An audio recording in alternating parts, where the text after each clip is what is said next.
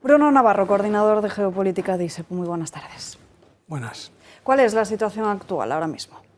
Bueno, yo creo que la novedad es precisamente que no hay grandes novedades en el terreno, sobre el terreno militar.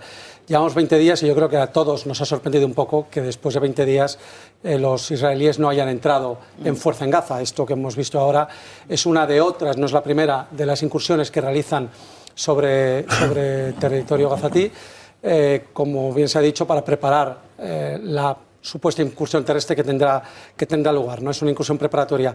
Y deben hacerlo, deben hacer la incursión terrestre a gran escala, deben tomar temporalmente Gaza, porque 1.400 muertos civiles y militares, pero 1.400 muertos en un ataque terrorista es mucho, es su 11S, su 11M, y no pueden dejarlo simplemente con una serie de bombardeos y demás. Luego se ven impelidos a hacerlo, jamás lo sabía y está preparado para defenderse.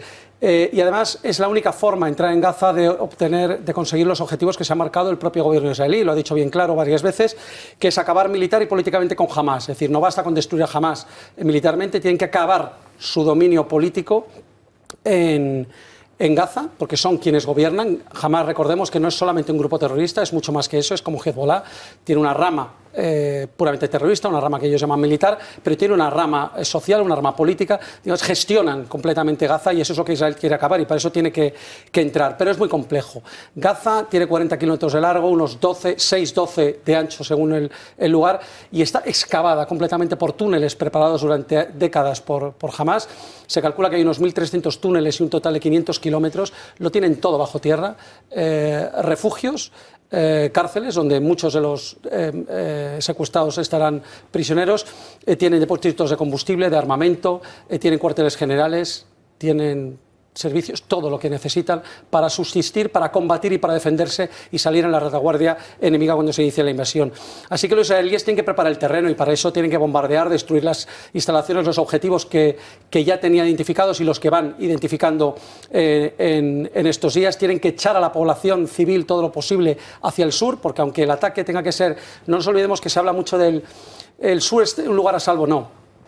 Cuando Israel entre, va a entrar en toda Gaza, porque nada sirve ocupar el norte de Gaza y no ocupar el sur, porque jamás se va al sur y cuando se vayan los israelíes vuelve al norte. No. Lo que ocurre es que en el norte está mucho más densa la estructura de Hamás, tanto de túneles como de toda infraestructura, y por lo tanto lo que quieren es destruir todo lo que pueda en el norte.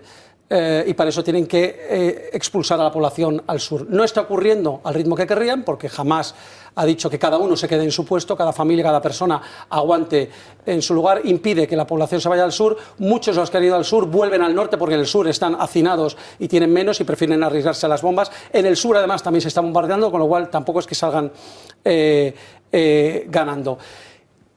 La gran pregunta es ¿por qué tardan tanto? Llevan 20 días y no hay visos de que a lo mejor nos sorprendemos si en unas horas se inicia el ataque, ¿no? Terrestre, pero se está retrasando mucho y hay quejas ya y hay miedos.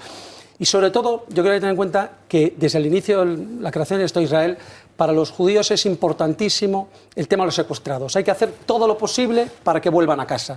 De hecho, hace no muchos años se intercambiaron 1.000 prisioneros palestinos por un solo soldado israelí. Y entonces la sociedad judía lo que le está pidiendo al gobierno es que les traiga de vuelta vivos, porque ya jamás han comunicado, creo que es ayer u hoy, que ya van 50, que por culpa de los bombardeos israelíes ya han muerto 50, una cincuentena de secuestrados. Por lo tanto, es esa prioridad para el pueblo judío.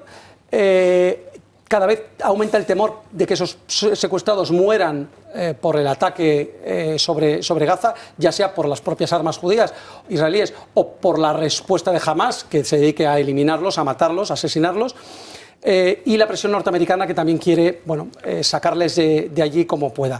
De hecho, las encuestas que se hacen en Israel hace 8 días daban un 65% de población israelí que quería el inicio de la ofensiva ya.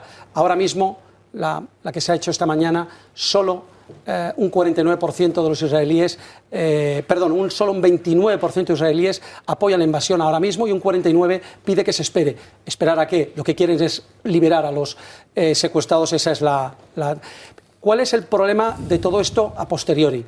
Pongamos que Israel termina realizando la ofensiva, entra controla Gaza, expulsa a Hamás, los aniquila, ¿y ahora qué?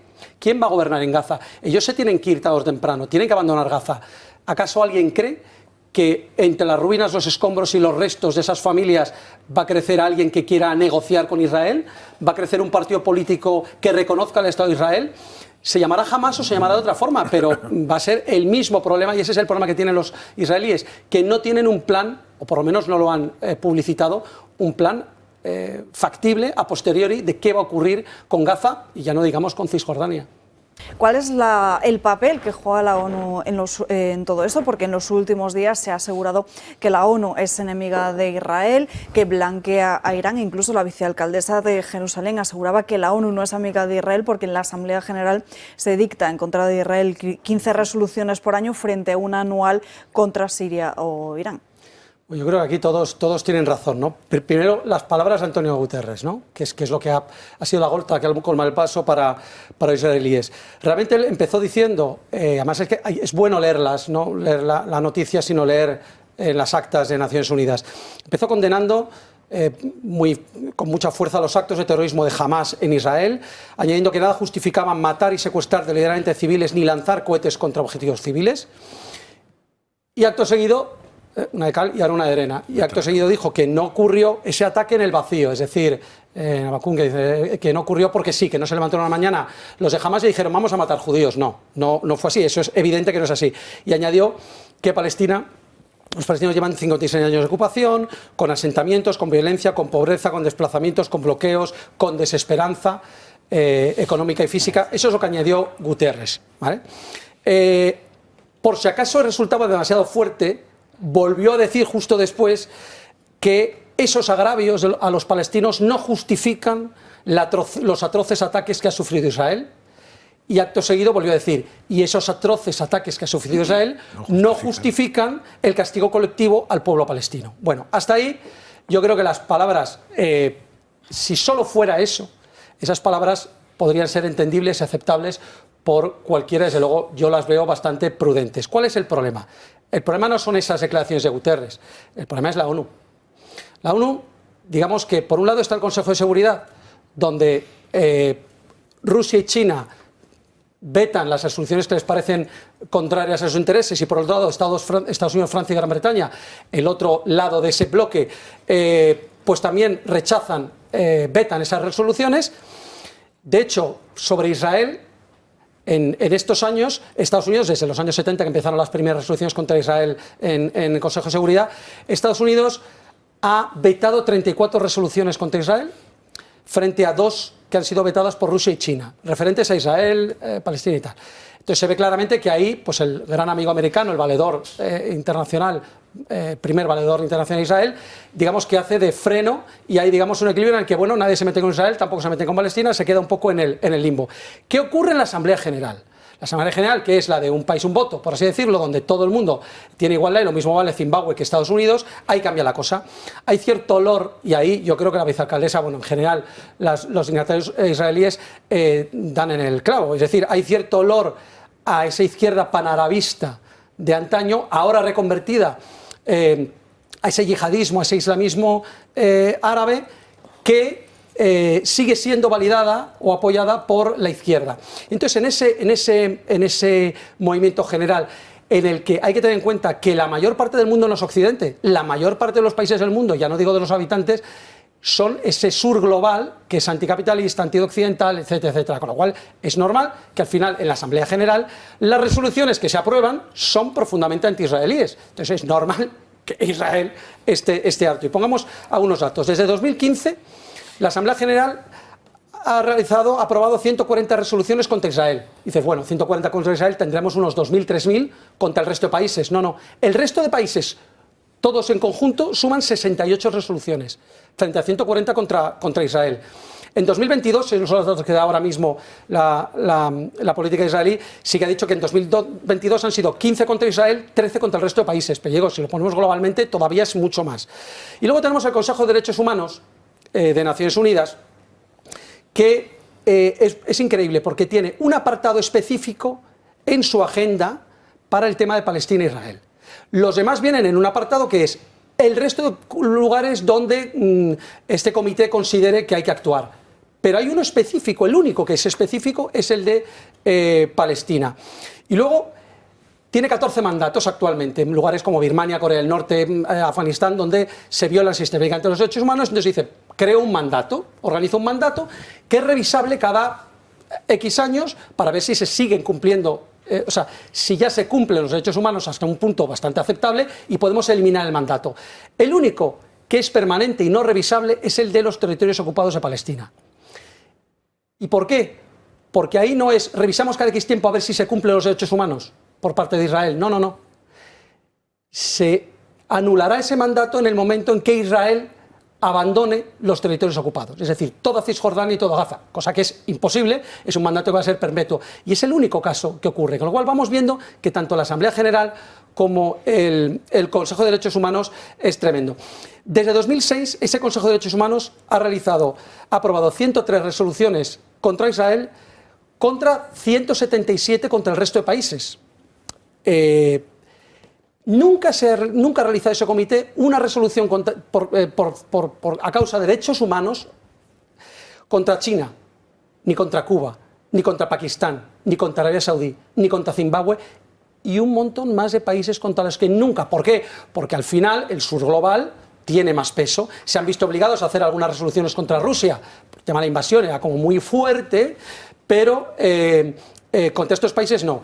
Y muchas más, hablamos de 103 resoluciones contra Israel, muchas más que las que ha hecho contra Afganistán, contra Birmania, contra Corea del Norte mismamente.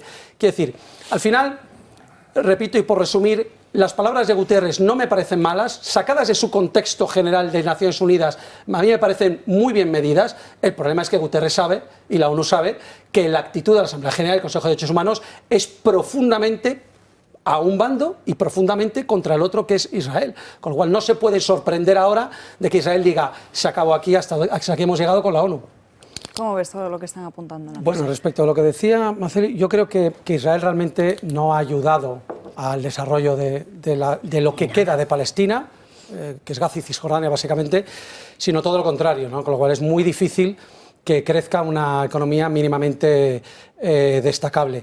Hay que tener en cuenta también que los judíos cuando declaran la independencia del Estado de Israel en el año 48, tenían un 7% de las tierras que básicamente las habían ido robando a los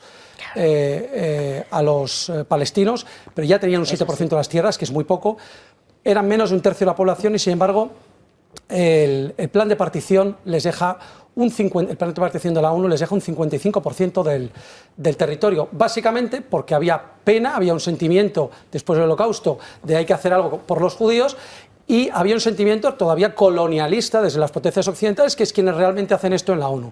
Es decir, fue una colonización de territorio palestino por parte de judíos ya a un nivel leyenda. Hasta ahora había sido poco a poco y aquí tal. Con lo cual no hay que olvidar eso, es decir, el palestino cuando gana Hamás las elecciones en Palestina, que las gana en Gaza y Cisjordania, Fatah, que es el antiguo OLP, por así decirlo, da un golpe de Estado, o es la organización principal de la OLP, da un golpe de Estado, se queda con Cisjordania, hay una pequeña guerra civil en Gaza y Hamás se queda con Gaza y se quedan separados.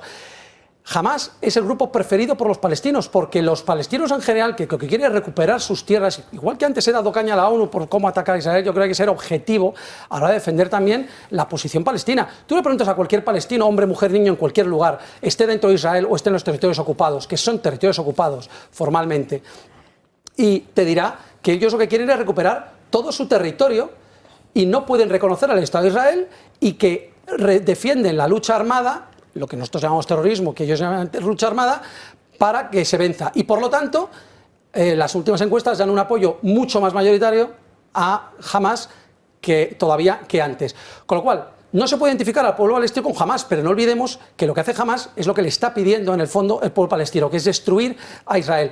Ni Israel reconoce un Estado palestino, ni lo va a hacer. De hecho, lo único que se consiguió en los acuerdos de Oslo fue el reconocimiento de la Autoridad Nacional Palestina como embrión de un autogobierno, pero no un Estado palestino. Ni los palestinos, ni siquiera en los acuerdos de Oslo, reconocieron la existencia del Estado de Israel. Es un error considerar que los palestinos lo reconocieron. Ni la OLP de Yasser Arafat lo reconoció, y menos aún tal como están las cosas hoy. Luego, esto tiene muy difícil solución, pero no es que los israelíes son muy buenos, y los palestinos son muy malos, muy malos, muy malos. Yo entiendo de todas formas como occidental que es mucho más fácil sentirse cómodo viajando a Israel que viajando a determinados lugares porque culturalmente tiene mucho más que ver con nosotros. Las formas de ejercer la violencia, el control, el dominio de el monopolio de la violencia son muy distintas. No es lo mismo un bombardeo, aunque sepas que vas a matar a familias enteras, que cortarles el cuello, quemarles vivos entrando en un kibutz, pero dejando eso aparte, objetivamente, aunque culturalmente nos separe más distancia con los palestinos, yo creo que hay que ser objetivos y entender que es un problema que viene de hace más de 100 años, que los dos tienen sus partes de razón y que no ha habido ni ha habido nunca un interés de ambas partes por llegar a una solución realmente negociada. El interés ha sido de ganar al otro y lo sigue siendo hoy. Con unos palestinos cada vez más radicalizados, donde ya ni Fatah cuenta para nada y donde es Hamas y la Yihad Islámica Palestina y el Frente Popular y el Democrático para la Liberación de Palestina, que son mucho más fuertes desde el punto de vista terrorista, mucho más violentos, ni desde el lado israelí, donde después de décadas de gobernar el Partido Laborista, ahora mismo, es decir, cuando gobernó en la primera vez Netanyahu, era el moderado, perdón, era el radical. Era como había llegado, Dios mío, el radical. No, no, no. Es que ahora es el moderado de una coalición que realmente podemos llamar los que están coaligados con Netanyahu, con el partido de Netanyahu, son realmente extremistas. Claro que se les puede llamar extremistas. No hablo del partido, no hablo del Likud, que habría que ver cuáles son los pensamientos del Likud. Es que hay que verlo. Pero es que los socios de gobierno son tremendos. A ver, dos cosas. Vamos, que no se nos olvide. Perdón, termino con francas. Yo creo que no es comparable lo que las disputas árabes con los palestinos, o de los otros pueblos árabes, los palestinos también son árabes, con Israel. Porque, para empezar, es verdad que en Jordania hubo el Septiembre Negro, es verdad que hubo una guerra civil en esa que tuvo mucho que ver que estuvieran los palestinos ahí, pero digamos que son gotas en ese gran mar, que es un conflicto realmente de los palestinos contra Israel, o sea, que al verse fuera de sus tierras han colonizado o han sido un peligro para algunos países, sobre todo como Jordania y Líbano. Y luego yo creo que lo de Múnich no es replicable. Lo que hizo Israel después de los atentados de Múnich en el 72, Juegos Olímpicos, era un puñado de deportistas que habían sido asesinados. En este momento hablamos de 1.400 muertos. Con 1.400 muertos, Israel no se puede permitir el lujo de decir, con unos bombardeos, unos asesinatos, una entrada, como estamos viendo en las imágenes, que entro con unos carros, pego unos y luego me vuelvo. No. Israel se ve obligado a entrar. El problema que tiene es que jamás ha hecho muy bien los deberes y se ha llevado 250 o 220 secuestrados, y eso es muy complicado de gestionar. Una última pregunta, que nos estamos quedando sin tiempo. Bruno, ¿ves alguna solución cercana, la más viable con las posiciones que tenemos actualmente, o es que no hay probabilidades de una tregua a corto plazo? No voy a ser más listo que todos los demás. Después de más de 100 años, después de 75 años de guerra ya desde la creación del Estado de Israel, pero un conflicto que lleva con guerras civiles desde hace más de 100 años en Palestina, creo que no tiene solución. Creo que hay dos estados que quieren ocupar el mismo territorio. Es imposible, yo no puedo poner estos dos bolígrafos ocupando el mismo espacio, por lo menos a día de hoy no se puede, con lo cual dos cosas no pueden ocupar el mismo espacio, así que es imposible. Creo que uno tiene que vencer y el otro ser destruido, o aceptar de forma absolutamente sumisa la victoria del otro. Eso es algo que hoy no va a ocurrir. Incluso aunque destruyan Gaza, entren en Gaza, dominen Gaza, como no les va a aniquilar, no son los tiempos de Gengis Khan, donde podías hacer esas cosas, hoy en día no. Creo que el conflicto va a seguir. Y mientras tanto, yo creo que lo único que podemos hacer es condenar los excesos de unos y otros, apoyar procesos negociados, hacer como hicimos en la Cumbre de Madrid, que llegó a un Oslo que pudo servir de algo y años después se perdió en guerra. Pero decir, lo único que se puede hacer es minimizar el número de muertos, minimizar las consecuencias económicas que para nosotros tiene esto, minimizar las consecuencias energéticas del suministro de petróleo y minimizar la inestabilidad regional, evitando que esto se dispare a un conflicto regional o incluso mundial. Yo creo que es lo único que podemos hacer, pero no pensar que ninguna de las reuniones, ninguna de los... ahora se está hablando en la Unión Europea de una nueva cumbre por la paz, ninguno de estos va a llegar a nada definitivo, a ninguna paz. Pero sí que puede servir para acabar, digamos, crear un poco de estabilidad, meter un poco más de dinero aquí, un poco más de dinero aquí, un poco más de desarrollo, disminuir el número de israelíes y palestinos muertos por día. Eso yo creo que es lo único hoy en día que se puede aspirar. Tenemos que dejarlo aquí, no hay tiempo para más. Bruno Navarro, muchísimas gracias por estar aquí con nosotros, muchas gracias a vosotros. como siempre.